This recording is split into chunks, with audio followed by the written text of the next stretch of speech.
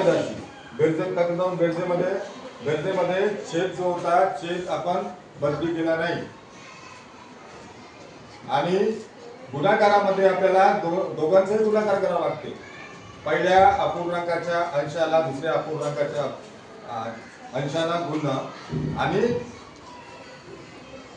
पहिल्या अपूर्णांकाच्या छेदाला दुसऱ्या अपूर्णांकाच्या छेदाने गुणणं. हेच फक्त एवढा फक्त सिंपल आपल्याला करायचं आहे. 3 गुणिले 2 म्हणजे अंशाला अंशाशी गुणाकार आणि छेदाला छेदाशी गुणाकार हा याच्यामधला आहे. म्हणजे उत्तर तुमचं कोणतं आलं 6/35. अशा पद्धतीने आपल्याला हे उदाहरण सोडवायचे आहे. आहे का नाही सोपं? बेरजेपेक्षा बहुत सोपं आहे. कारण बेरजेमध्ये कसं आहे का समजा छेद समान असतील छेद समान करण्याची क्रिया करा. मग अंशाधिक पूर्णांकाला का मग त्याला पुन्हा किती कन्वर्ट करा पूर्णांक अपूर्णांकामध्ये आहे की नाही. तर त्याच्यापेक्षा हे कितीतरी पटीने सोपं आहे. मग समज आला. हा नंतर याच्यामध्ये दुसरी संकल्पना जी आहे गुणाकार व्यस्त. कोणती? गुणाकार व्यस्त. आता गुणाकार व्यस्त लक्षामध्ये जे आपण हळूहळू जातो भागाकाराकडे शेवटला भाग. इथं गुणाकार संपला. ते 2 आले तुम्हाला अंशाला अंशाशी गुणाकार करणे छेदाला छेदाशी करणे विषय संपला आहे की नाही. आता हा जो आपला आहे गुणाकार व्यस्त ज्याला म्हणतो आपण मल्टिप्लिकेटिव्ह इनव्हर्स. त्याला काय म्हणतो आपण? Multiplicative inverse. असे 2 अपूर्णांक आहेत ज्या 2 अपूर्णांकाचा गुणाकार 1 येते. किती येते? 1 येते. तर अशा दोन्ही अपूर्णांकाला एकामेकाचे गुणाकार व्यस्त म्हणतात. उद्या मी व्याख्या विचारणार आहोत तुम्हाला परिपाठामध्ये. गुणाकार व्यस्तची व्याख्या सांगा. गुणाकार व्यस्तची व्याख्या सांगा. समजा एक अपूर्णांक आहे दुसरा अपूर्णांक आहे. दोघांचा गुणाकार केला त्यांचा गुणाकार 1 येत असेल. किती?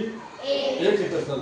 तर अशा त्या दोन्ही अपूर्णांकाला एकामेकाचे काय म्हणतात? गुणाकार व्यस्त म्हणतात. उदाहरण याच्यामध्ये दिलेलं आहे 5/7 हा समजा अपूर्णांक आहे.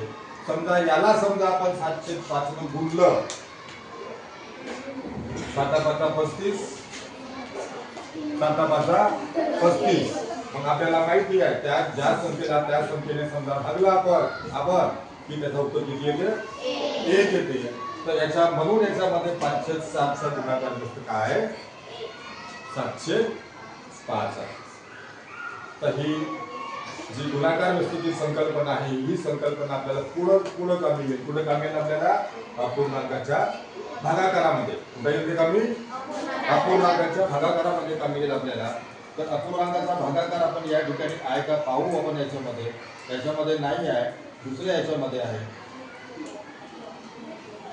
शेवटला तुमचा पान आहे आणि शेवटल्या पानावर तुम्ही बघा आता काय आला याच्यामध्ये सांगा. या जागेवरून आतापर्यंत हा आता आला का? आला का रे? तर हा अपूर्णांकाचा भागाकार आहे. शेवटला भाग आहे तुमचा अपूर्णांकाचा भागाकार. कोणता?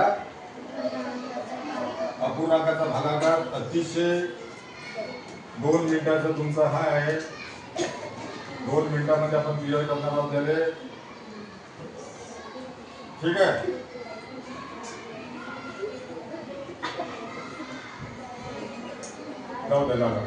तर अपूर्णांकाचा भागाकार आहे हा. शेवटला भाग आहे अपूर्णांकाचा भागाकार.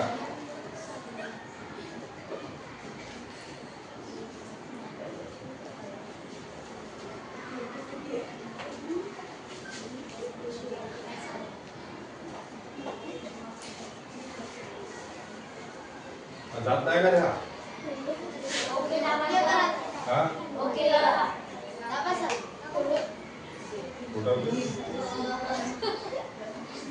आता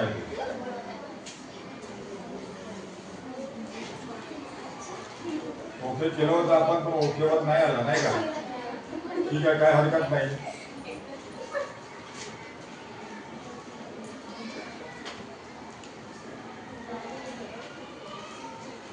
हा उदाहरण पहा याच्यामध्ये.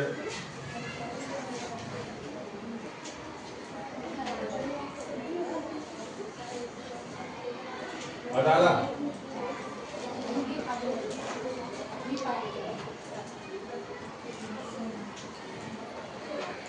आला का?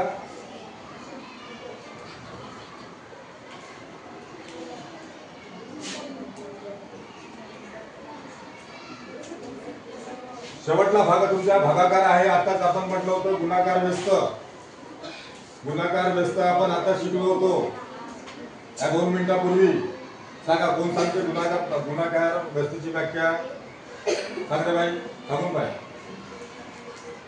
ज्या दोन अपूर्णांकाचा गुणाकार व्यस्त 1 येतो त्या अपूर्णांकाला गुणाकार व्यस्त. गुणाकार व्यस्त नाही, गुणाकार येतो म्हणा. गुणाकार 1 येतो त्या अपूर्णांकाला गुणाकार व्यस्त. त्या अपूर्णांकाच्या दोन्ही अपूर्णांकाला एकामेकाचे गुणाकार व्यस्त म्हणतात. त्याच्यामध्ये आता पहा उदाहरण पाहायचं मला. 4/9 भागिला 2/7. 4/9 भागिला 2/7 हे एक उदाहरण आहे. याच्यामधला उदाहरण लक्षामध्ये घ्या. काय केलं याच्यामध्ये आपल्याला तर गुणाकार व्यस्त घ्यायचा आहे. घ्यायचा म्हणजे काय करायचं याच्यामधला? काय करायचं याच्यामधला? इकडे बघा, हे इकडे बघा, इकडे काही ना तिकडे भागाकार आहे. भागाकाराच्या आता तिथं गुणाकार करायचा. पहा इकडे, इथं होता भागाकार, इथे काय आला? इथे झाला गुणाकार झालेला आहे. कळला का? परत पुन्हा त्याच्या पलीकडे जाऊन पहा, ही दुसरी संख्या होती 2/7. त्याच्या बदल्यामध्ये या ठिकाणी लिहिलेले आहे 7/2. बरं, 2/7 आणि 7/2 याच्यामध्ये काय संबंध असेल? काय संबंध आहे? काय संबंध आहे? त्या संख्येचा गुणाकार व्यस्त आहे. म्हणजे याचा अर्थ असा होतो का आपल्याला याच्यामध्ये भागाकार न करता गुणाकार करायचा आहे आणि पुढल्या संख्येचा गुणाकार व्यस्त लिहायचा आहे. गुणाकार व्यस्त.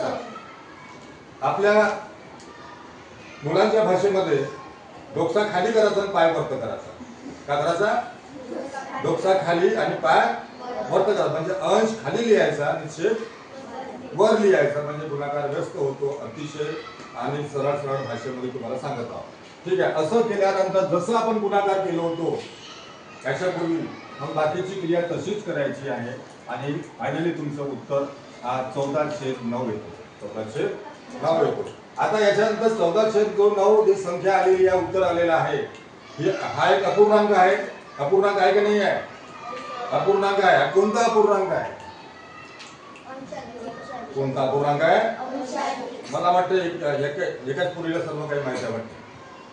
बाकी पुढे बोलून नाही तुम्ही लोक.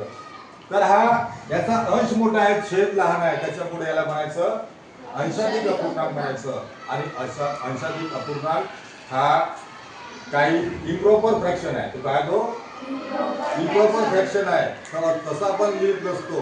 शक्यतो अंश लहान पाहिजे, छेद मोठा पाहिजे. तर त्यासाठी याने कन्वर्ट केलेला आहे 14/9 ला 1.5/9 मध्ये. हा कसा आला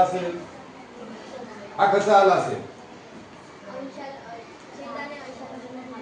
म्हणजे अंशामधील जी संख्या आहे, अंशामधील संख्येला छेदामधील संख्येनं भागावं लागते. काय लागते? भागू बाबा त्याच्यामध्ये पहा, भागलो पण याच्यामध्ये 14 ला भागलं कशाने? 9 ने. 9 एक किती होतात? 9 होतात. आता किती उरले?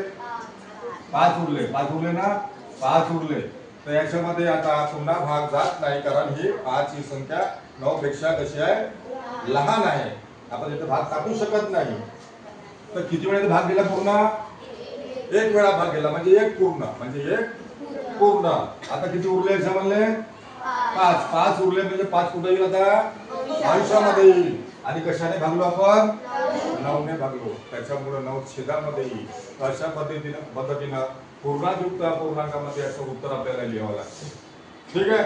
हा पटकन उतरवून टाका याला. आता उतरवा पटकन याला. ठीक आहे.